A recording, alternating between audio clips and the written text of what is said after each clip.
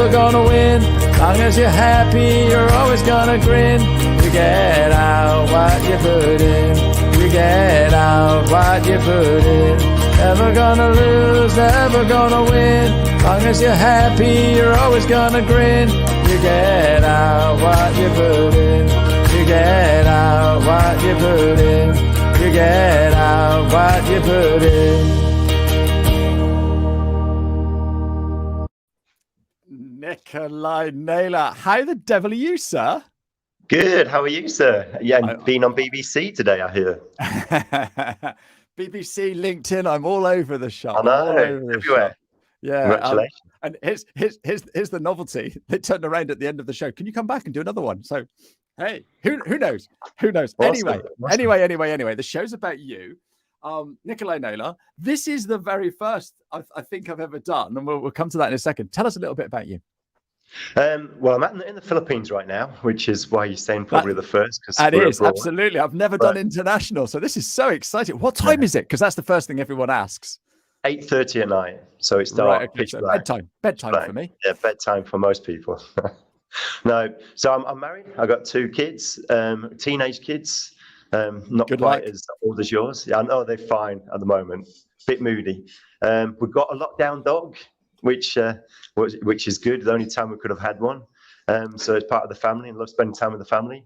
I keep fit as much as I can every day, a bit like you, but doing your press ups and everything like that. But then I also do taekwondo because I love taekwondo. I've done it since a teenager, and I'm hoping to do it until the day I die. But I don't know if that quite will work out. Excellent. And so you run an accountancy practice in the UK, so Naylor Accounting. But why are you in the Philippines then, Nikolai? This is so the interesting thing. Yeah, so I run Naylor Accountancy Practice, which I've done for over 10 years, and then I also have an offshoring company called Intelligent Outsourcing, and that's why I'm here in the Philippines. It's the first time I've been here since COVID, so 3 years, because they only just started letting you in basically in April, but then you had to quarantine and it was going to take me months just to get here through different areas. You had to quarantine for like 12 weeks or something ridiculous. So it's the first time being here. And it's amazing. Last time we were here, there was 27 of us. Now there's over 100, and we're looking at growing even more. So because COVID's just gone crazy. Well, yeah, we started the offshore with offshoring because we will talk about that later, I'm sure. But yeah, so I run Intelligent Outsourcing. Fantastic. So yeah, and this is the thing, right? So obviously I've been in the industry for 15 years. I talk to an awful lot of accountants, bookkeepers.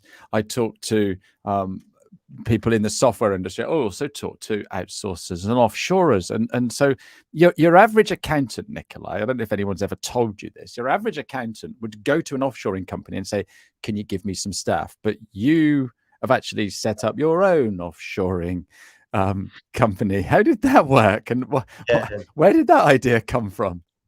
Well, I did it. I mean, it's over 6 years ago. I did it. I did it before that, just for myself. But it basically came because I think I went to a conference and they were talking about outsourcing to India, and that was the way forward. But the problem I had was I didn't have control. So I didn't have control of what people did. They weren't using my systems, and they weren't using my ways. What I used to call I still call the Naylor ways, the Naylor accountancy ways. And then I'd heard some horror stories of outsourcing the work. It's a different person every time, and it's always different. They keep having issues with the same work, and they still have to do loads of work when it comes back.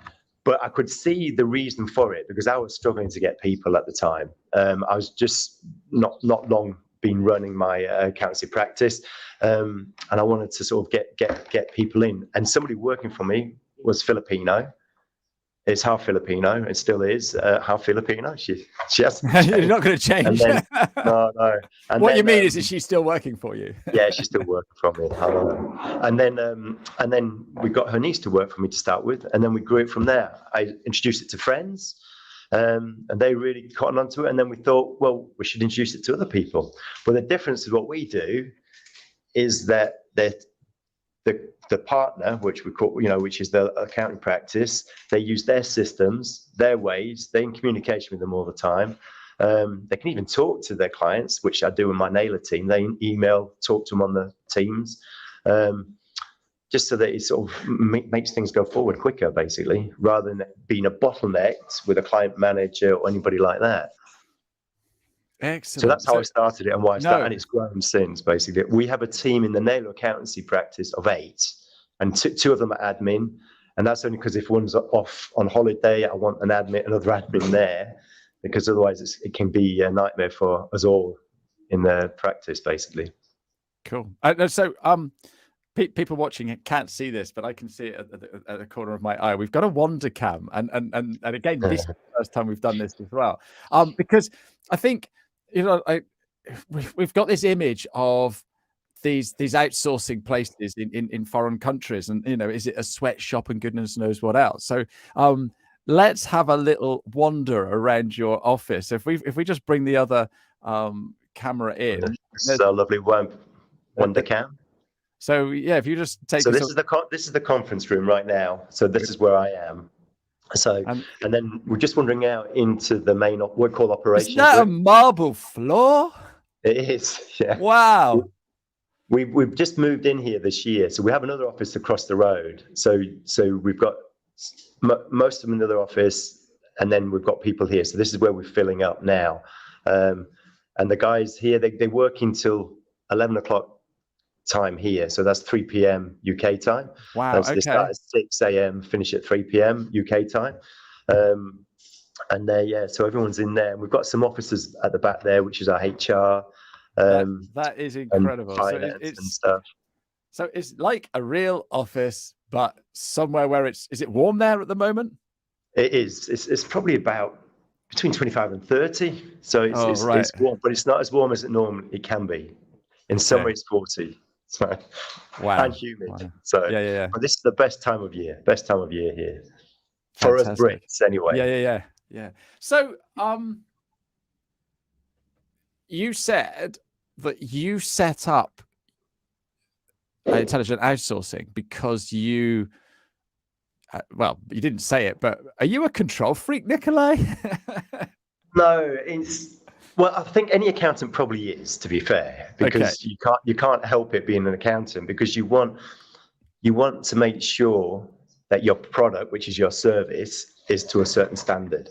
So the way you can do that is making sure everybody who's doing the compliance or bookkeeping is following your processes and procedures. And the only way you can make sure that is actually happening is if you actually know what they're doing and they're using your process and ways. And that's what we're doing in intelligent outsourcing. The team will be using the partners' processes and ways. We have our core values for everybody in IO. IO is intelligent outsourcing, which is, integrity, care, have fun. So have fun is a really key one, because we want people to enjoy coming to work, and because they spend most of the time here. Accountability, respect, and growth and excellence. So as long as our partners are happy with those core values, then they can actually use this offshoring team to their advantage. And we've got guys that have just built up a team. One of the guys that we've had, one of our partners, he's built up a team of 5 already, and he only started with us at the start of this year, I think, because he's done loads of acquisitions. So he's done a load of acquisitions, and the way he's doing it is he's acquiring the firm and getting the compliance done here and the added value done in the UK. So you've got your accountants out there talking to clients, doing management accounts and any other added value that they need to be doing, and speaking to clients to pull them in as well, referrals and everything. No, fantastic. And so you are an offshoring yes, organization, not an outsourcing organization. Yes. So I think we all know the difference, but can you explain it for the layman or someone that's just landed from another planet? When we started intelligent outsourcing, offshoring wasn't a big thing. It's become quite big during COVID and everything, because people are struggling in the UK and around the world to get accountants, basically, and the salaries are going up. So the difference between intelligent is outsourcing and of work. So it's outsourcing of work rather than offshoring of a person, basically. So outsourcing itself has has offshoring and outsourcing as two subsets. That's what we call ourselves intelligent outsourcing. So we are the better of the options of outsourcing work or offshoring the work, basically. So the difference with outsourcing work is you give a bit of work to a company and then they just give you it back completed. You don't know what's happening in the background. You don't know who's doing it in the background. And it may not come back in the format that you want it to. You have to collect all that information from your client. They won't be collecting it from the client. You have to make sure it's all correct before you give it to the outsourcer, because if it's not, they'll send it back and say, this isn't right, we can't deal with it. With offshoring, just on those two little bits there, you've got your offshoring team that can actually send it to the client asking for the docs, or they can send it to your client manager, because we have people that don't have the offshore team speak to the clients in the UK, but what they do is they have a client manager that sits between them. And what they do then is they will create the email asking for the documents, send it to the client manager. The client manager will send it out to the client, and then it comes in, and then the team member over here will actually do all the processing and compliance work here, and then send it back to the client manager to go out. The difference also is if the partner, so the accounting practice or bookkeeping practice, don't have a problem with the offshoring, the work coming back, they can correct it, get the person to correct it and work to their ways. The way we do it with IO is they can let us know if there is an issue, because there always is an issue sometimes, just because you're dealing with people, and people, you have to follow processes, procedures, and they don't always happen because people miss out a step or something like that, or they don't quite get it. So we have what's called IO Academy. So we set that up for the very purpose of training people before they come in. So we do a month's training program for anybody coming into IO, Intelligent Outsourcing, in UK accounting, Xero, QuickBooks, and then they can go into the client straight away with that knowledge. But then if there is an issue, we can do a training program for them to whatever their sort of weakness is, we will make sure that they get back. So it's very different to outsourcing of work, and also we have a care. So one of our core values is care. So we care for the team member, and we also care for the client, so the partner. Does that answer your question, Ashley? Absolutely superb. And I'm just thinking, so I don't know if you know, but I actually coach accountants as well. And I've got a client who's just taken on someone in Scotland, and he's up north somewhere. Yeah. Okay. And so he's taken on this person in Scotland who's going to work remotely. Well, that person could be working in your office that we've just seen there with the swanky marble floor. No, definitely. Yeah, it doesn't. Yeah, and I think let's make it even easier. During COVID, we were all told we had to work from home. So I'm running my little office. Let's just say in Sidmouth, and I've got 3 staff, and they all come in every morning. Now they've all got to work from home, and it's all remote. Well, it doesn't have to be down the street. It could be in the Philippines. So we've had this. Jazz has turned around. He didn't know the difference. So. Have we answered your question? He's got one client. What PC deal direct with clients, phone calls or emails? I'm not sure. I understand the question. So I think what you're trying to ask, Jazz, is that basically, if I was offshoring my work to Nikolai, I could turn around to that member of my team, because it's a member of my team now, isn't it? It's not a member of your team. Yeah. So just they are a member of IO, so they're hired by IO, but they effectively work as your team member. I will always work with Sally. So you've got Sally that sits on desk number 3. She will always work for me. And they'll learn your systems, your processes, everything like that. What we do in the Naylor team, I don't know if is that we have a daily huddle, the Naylor accountancy team, so that everybody's together, because we have people in the UK and here, so it just means it's one big team. Some people do it weekly. We prefer one minute each, just going around the table. So it's 10, 15 minutes. That's it. What's the question? So the question is, what percentage of your team deal direct with clients on phone and emails? There you go. So 100% of my personal Naylor accountancy team.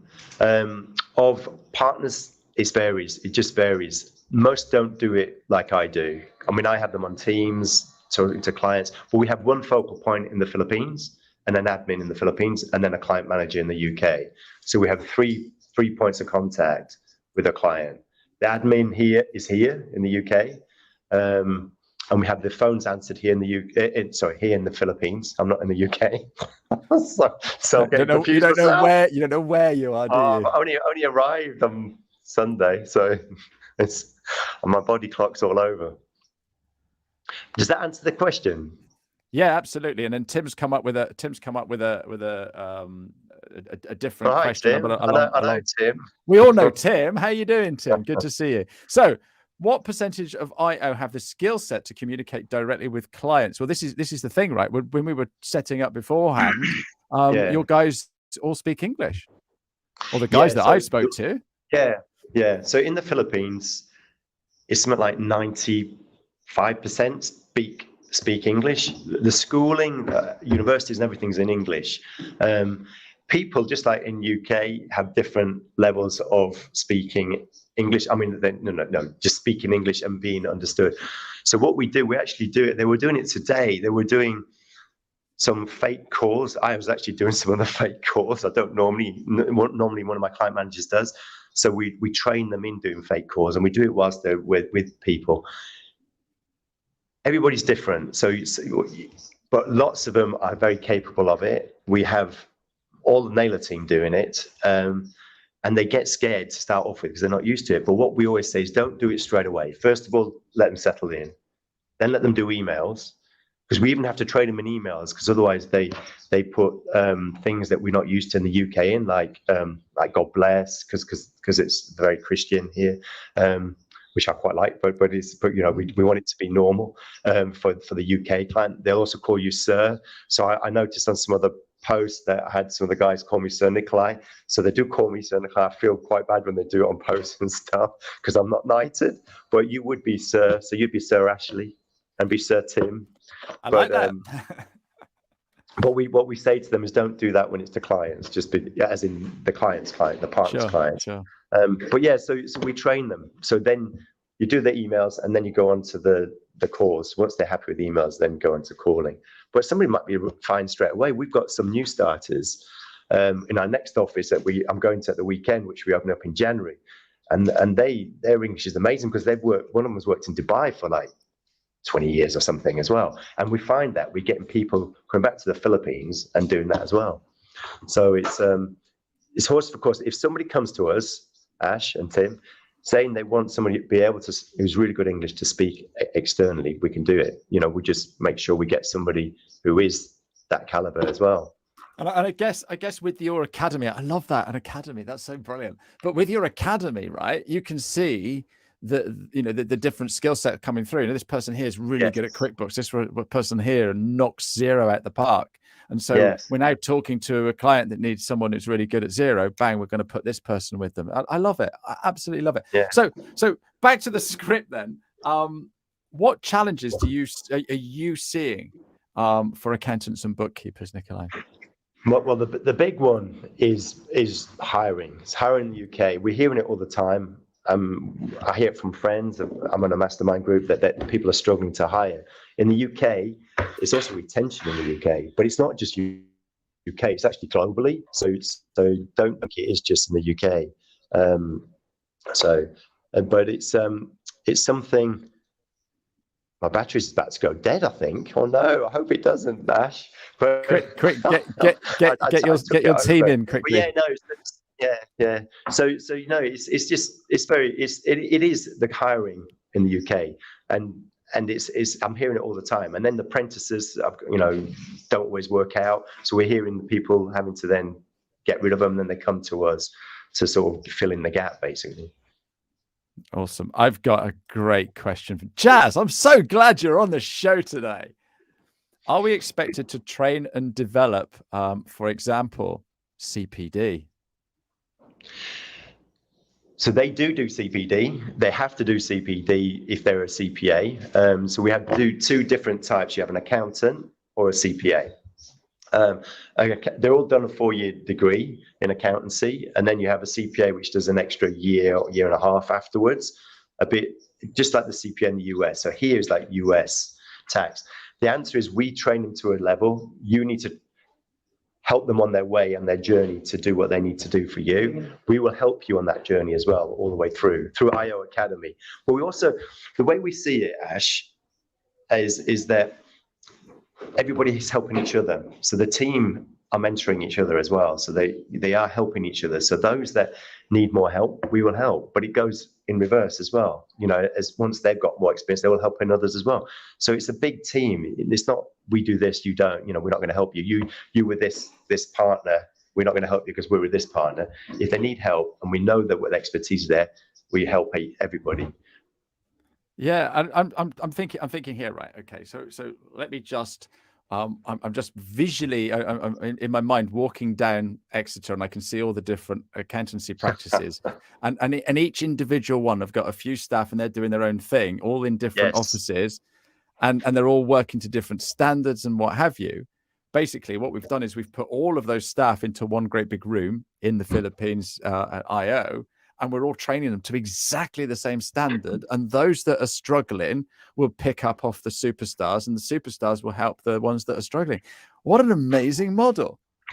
Perfect for a control freak, Nikolai. I love it.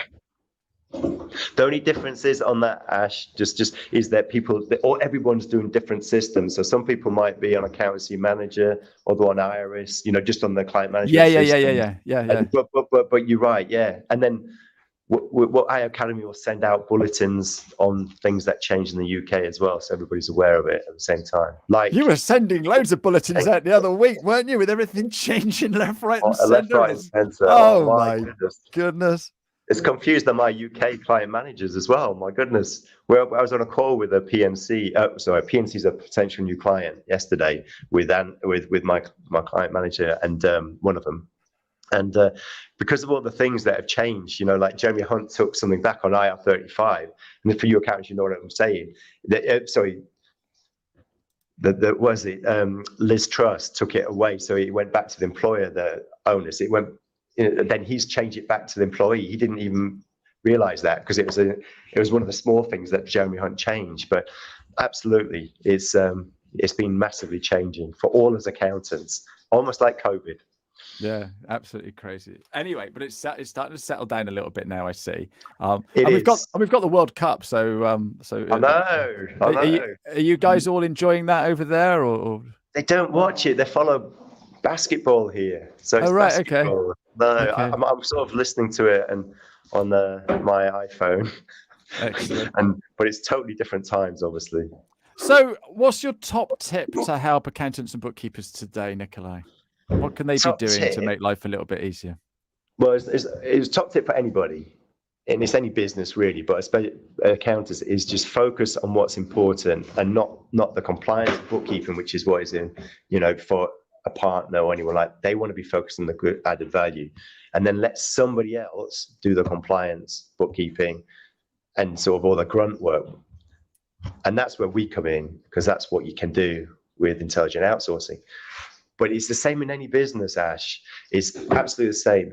You want to focus as a business owner and as your top guys sort of in the UK, like your client managers, your accountants with lots of experience. You don't want them doing all year-end accounts, apart from the most difficult ones.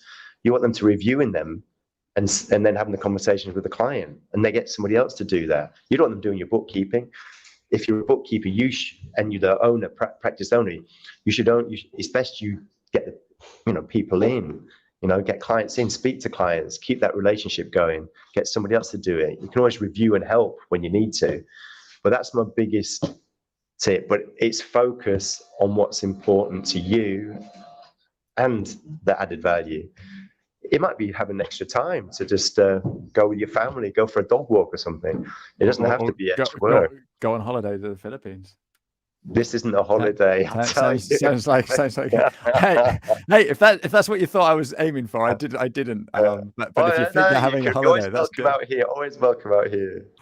So another question from Jazz. Like I said, he's a superstar. Thank you for all your lovely questions. Levers and contingency planning. Okay, so here I am. I'm working in my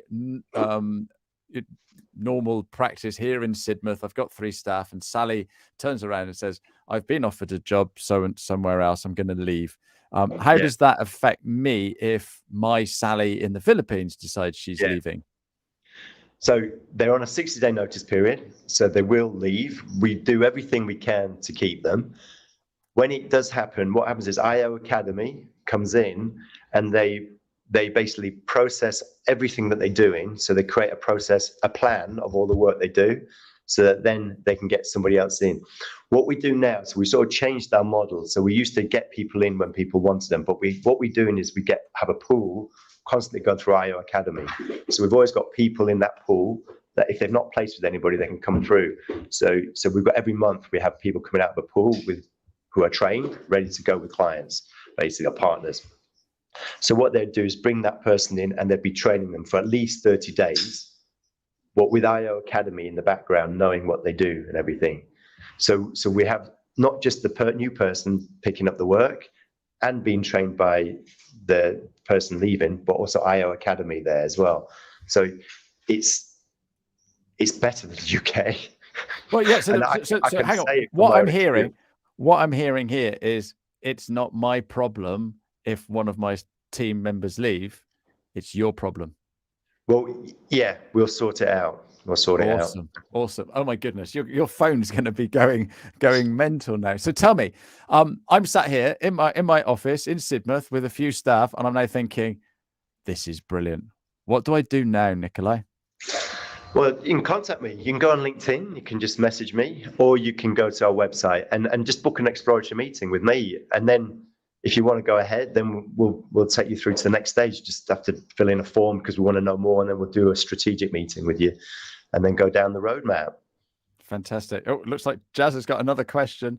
Biggest challenge in recruitment is finding qualitative practice experience. Impossible for micro firm. Does IO feel this skill shortage? Big 10 and 20 are lowering the bar. Consequences lower down the food chain are suffering. Oh my goodness, this guy is awesome, isn't he? So hang on. I'm thinking that's all right because you've got the academy. Yeah, you've got the academy. I mean, what you do find is that some people don't meet the grade. So what we have is we have people do an exam, a test before they actually allowed in. First of all, it's interview, and then a test as well. Well, no, it's a test, then an interview. But first of all, you go through the CVs. So the guys do that, and then they go through it. You do have different levels of where they are. So you have people who are junior, like they've just starters, only a couple of years experience or maybe less in the graduates, but we don't place them with anybody unless they want them in a team. So what we always say, if you're starting with someone, it's best with experience. And if you're thinking of growing a team, get someone with experience, then they can train the other people in. Once you get more people in, you can get them more junior coming in, and then they get trained up because you've got the senior there to oversee them. So he's absolutely right. In the UK, there's an issue. There's an issue everywhere with it. But what you do is you grow them up. So what we are doing with IO Academies and we're looking to do with our partners is making sure they have a team that grows up with them, so that they actually get in that experience. But get that initial one with experience, and then grow it from there. But I would always get people in with less experience, because otherwise you have everybody up here. So you start with someone there and then have a few there just to fill the gaps when they leave or move on, because that might eventually happen. You never know. This is Alex Ferguson with Man United, isn't it? Yeah, well, I would love to be an Alex Ferguson. Hey, it's supposed to be 15 minutes. We've gone way over. It's been delightful. It's been delightful to talk to you. I've got one more question, but before I do that, I just want to show off my guest for next week, and I am so excited. I've got the lovely Kat Bond from Xero. I used to work with Kat donkeys years ago, so it'd be lovely to have a little natter with her. So she's coming in next week. Nikolai, you've been absolutely superb, and I love your attitude. I love what you're doing out there. I love your marble floor. I can't get over that. Here I was thinking it was like a third world country and there'd be straw on the floor. So very, very good. So here's my last question to you. What did you want to be when you grew up? When you were at primary school, in your shorts, running around the playground, what did you want to be when you grew up? Well, primary school, I think as most of us wanted to be soldiers. I want to be a soldier. Oh wow! So join the forces. And then when Top Gun came out as a teenager, then I wanted to be a fighter pilot. So I even went to Biggin Hill, but I didn't only pass the aptitude for navigator, but I wanted to be a fighter pilot, nothing else. And then I chose to be an accountant. There you go. There you go. Very- And what a lovely accountant you are. So it's all working for you, sir. Thank you. Thank you, Ash. So thanks ever so much for coming on the show. Thanks thank to you so much for everybody inviting me. for being here. And Jazz, brilliant questions. And Tim as well. Nice to see you as well. We will be back next week with Kat. So until then, thank you very much and goodbye. Thank you, guys. Take care. Get Thanks, Ash. out what you put in. Never gonna